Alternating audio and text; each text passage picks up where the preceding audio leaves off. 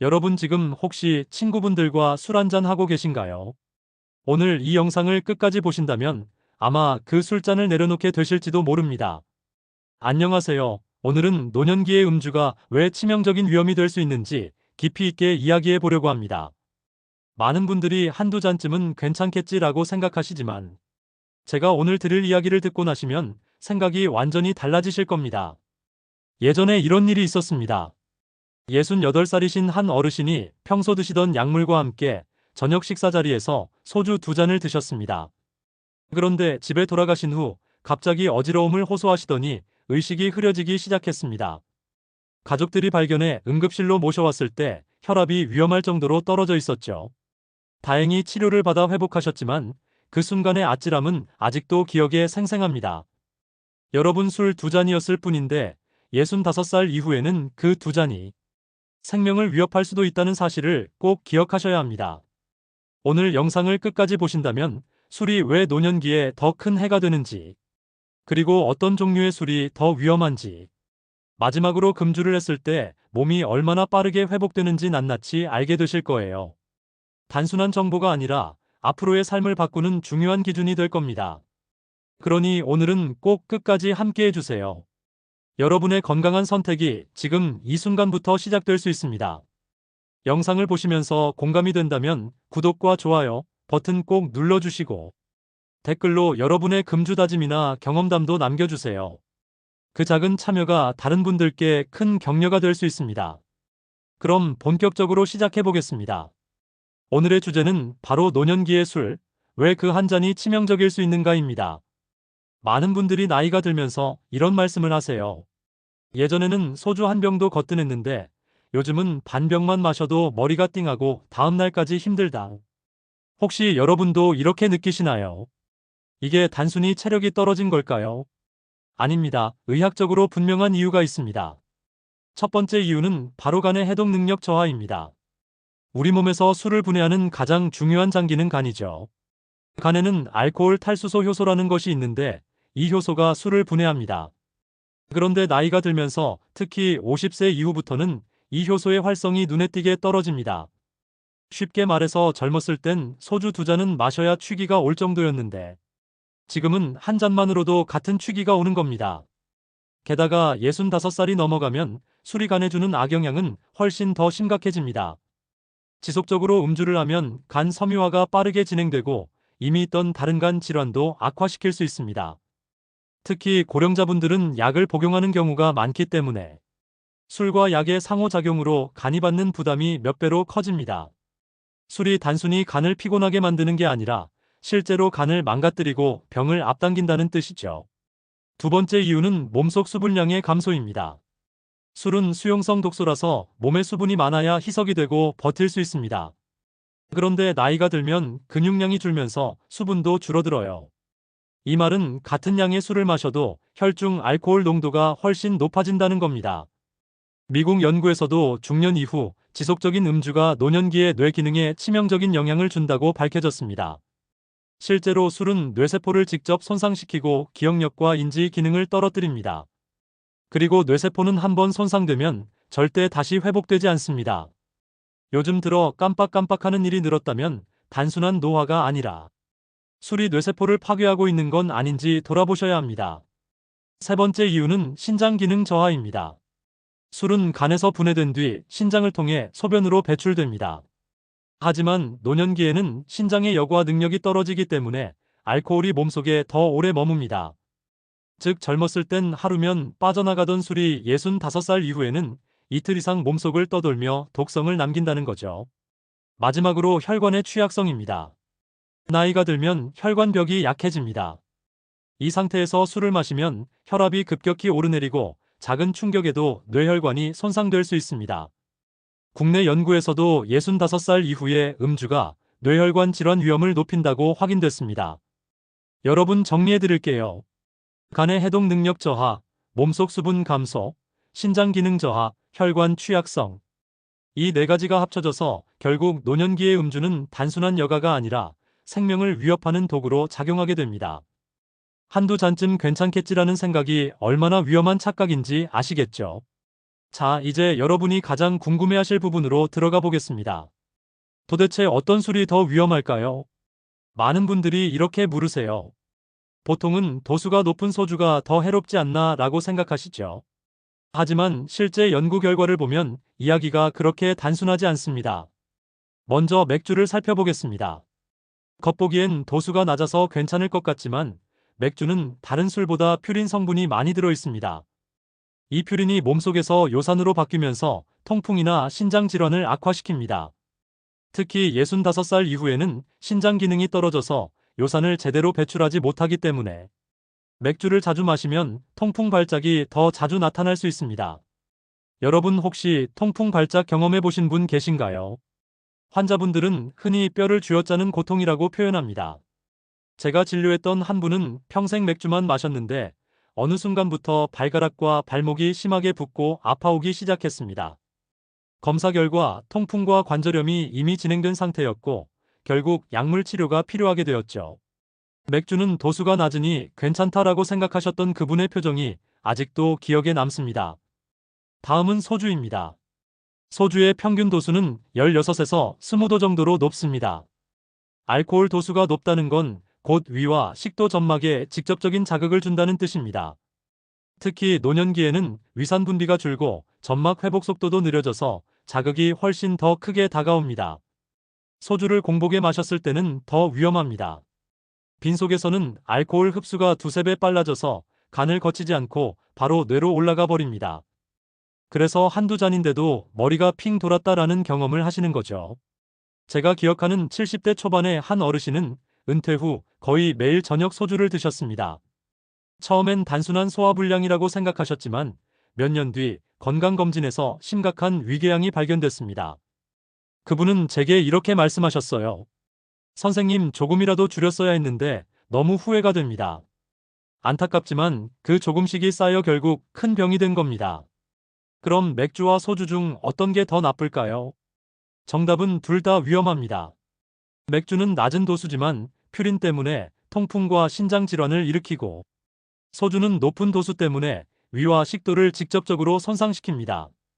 즉, 맥주는 조용히 만성 질환을 키우고 소주는 빠르고 직접적인 손상을 일으킨다고 할 수 있습니다. 그렇다면 양주는 어떨까요? 위스키나 브랜디 같은 술은 숙성 과정에서 불순물이 제거된다고 하지만 중요한 건 도수입니다. 양주의 평균 도수는 40도 이상으로 소주의 2배, 맥주의 10배에 달합니다. 노년기에 약해진 점막은 이 강한 자극을 버티지 못하고 화상을 입은 것처럼 손상될 수 있습니다. 양주가 분해되면서 생기는 아세트알데하이드 양은 막걸리보다도 훨씬 많습니다. 즉 간에도 큰 부담을 주고 뇌에 깊숙이 침투해 기억력 저하와 불안 증상까지 일으킬 수 있습니다. 제가 만난 환자 중에는 은퇴 후 고급 술을 즐기겠다며 매일 밤 양주를 조금씩 드시던 분이 계셨습니다. 비싼 술이니 몸에 좋을 거라 믿으셨지만 결국 몇 년 뒤 식도에 심각한 문제가 발견됐습니다. 비싸고 좋은 술이라고 안전한 건 아니었던 거죠. 마지막으로 막걸리입니다. 우리 조상들이 즐겨 마셨으니 괜찮을 거라고 생각하기 쉽습니다. 게다가 유산균도 들어있고 겉으로는 건강음료처럼 보이기도 합니다. 하지만 노년기에는 오히려 위험합니다. 막걸리에는 발효 과정에서 생기는 아세트알데하이드라는 물질이 들어있는데 이건 세계보건기구에서 1급 발암물질로 분류합니다.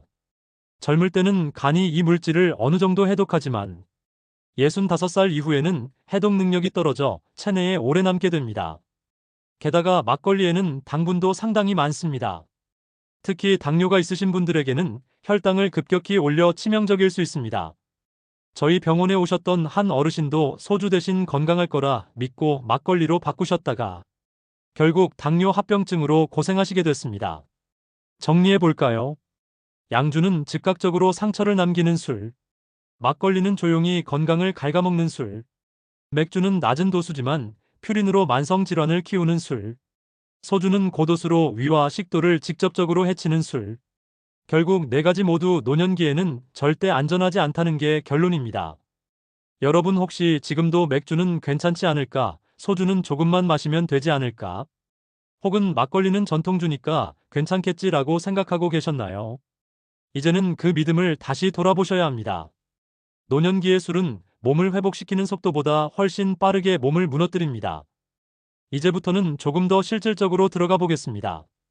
여러분이 가지고 계신 질환에 따라 어떤 술이 특히 위험한지 하나씩 말씀드릴게요. 먼저 당뇨가 있으신 분들입니다. 당뇨 환자분들이 가장 위험하게 생각해야 할 술은 바로 막걸리입니다. 막걸리 한 그릇에는 쌀로 만든 당분이 상당히 들어 있습니다. 여기에 발효 과정에서 생기는 복합당까지 더해져서 혈당을 급격히 올립니다. 그래서 당뇨 환자가 막걸리를 마시면 혈당이 순식간에 치솟고 합병증으로 이어질 수 있습니다. 사실 당뇨가 있으신 분에게 안전한 술은 없습니다. 부득이하게 마셔야 한다면 당분이 적은 와인 반잔 정도가 그나마 나은 선택이지만 그마저도 자주 마셔서는 안 됩니다. 특히 과일 소주, 단맛 나는 술, 칵테일 같은 것은 절대 피해야 합니다. 다음은 고혈압 환자분들입니다. 고혈압 환자에게 가장 위험한 술은 소주와 양주입니다. 알코올 도수가 높으면 혈관이 갑자기 확장됐다가 다시 수축합니다. 이미 약해진 혈관에 큰 충격을 주는 거죠. 여름철에 술을 마시면 더 위험합니다. 더위로 이미 혈관이 늘어난 상태에서 고도주를 마시면 혈압 변동이 심해지고 뇌졸중이나 심장마비로 이어질 수 있습니다. 실제로 혈압약을 드시고 나서 바로 술을 마시는 것도 매우 위험합니다. 약과 술이 상호작용을 일으켜 혈압이 급격히 떨어지거나 올라갈 수 있기 때문입니다. 따라서 고혈압 환자분들은 소주와 양주 같은 고도수 술은 반드시 피하셔야 하고 혈압약을 복용한 날에는 절대로 술을 마시면 안 됩니다. 이번에는 통풍이나 관절염이 있으신 분들입니다. 이분들에게 가장 위험한 술은 맥주입니다. 맥주에는 퓨린이 많이 들어있어서 몸속에서 요산으로 바뀌게 됩니다. 나이가 들면 신장 기능이 떨어져서 요산을 배출하지 못하고 결국 관절에 쌓이면서 극심한 통풍 발작을 일으킵니다. 특히 여름철 탈수 상태에서 맥주를 마시면 요산 농도가 급격히 높아져서 발작이 더 자주 발생합니다. 제가 기억하는 사례가 있습니다. 70세 어르신이 여름에 골프 라운딩을 마치고 시원하게 맥주 2캔을 드셨는데 그날 밤 발가락이 퉁퉁 붓고 통증이 심해져 응급실에 오셨습니다. 검사 결과 요산 수치가 정상보다 3배나 높아져 있었습니다. 도수가 낮아서 괜찮다고 생각했던 맥주가 오히려 가장 큰 적이었던 겁니다. 마지막으로 위장 질환이 있으신 분들입니다. 특히 위궤양이나 역류성 식도염 같은 문제가 있는 분들은 양주가 가장 위험합니다. 양주는 40도가 넘는 고도수 술이라 위와 식도의 점막을 마치 화상 입히듯 손상시킵니다. 나이가 들수록 점막의 회복 속도는 느려지기 때문에 한번 손상되면 잘 회복되지 않습니다. 위 보호제를 먹고 계시다고 해도 절대 안심할 수 없습니다. 공복에 양주나 위스키 같은 술을 마시는 건 특히 치명적이니 반드시 피하셔야 합니다. 정리해 드릴게요. 당뇨 환자에게 가장 위험한 술은 막걸리. 고혈압 환자에게 가장 위험한 술은 소주와 양주. 통풍 환자에게 가장 위험한 술은 맥주. 위장 질환 환자에게 가장 위험한 술은 양주. 여러분 각자 상황에 따라 술의 위험도는 달라집니다. 중요한 건 어떤 경우에도 노년기에는 술이 절대 안전하지 않다는 사실입니다. 여러분 지금까지는 술이 노년기에 얼마나 위험한지를 말씀드렸습니다.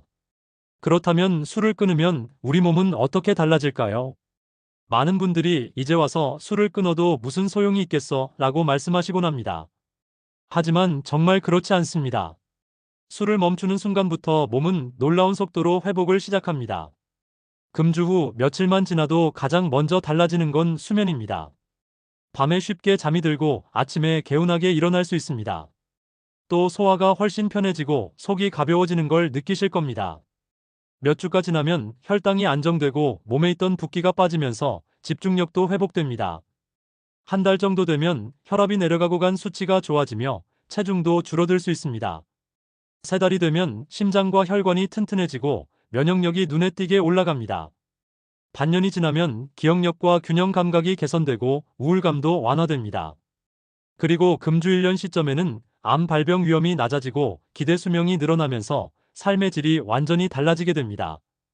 제가 진료했던 한 환자분은 78살에 금주를 시작하셨습니다.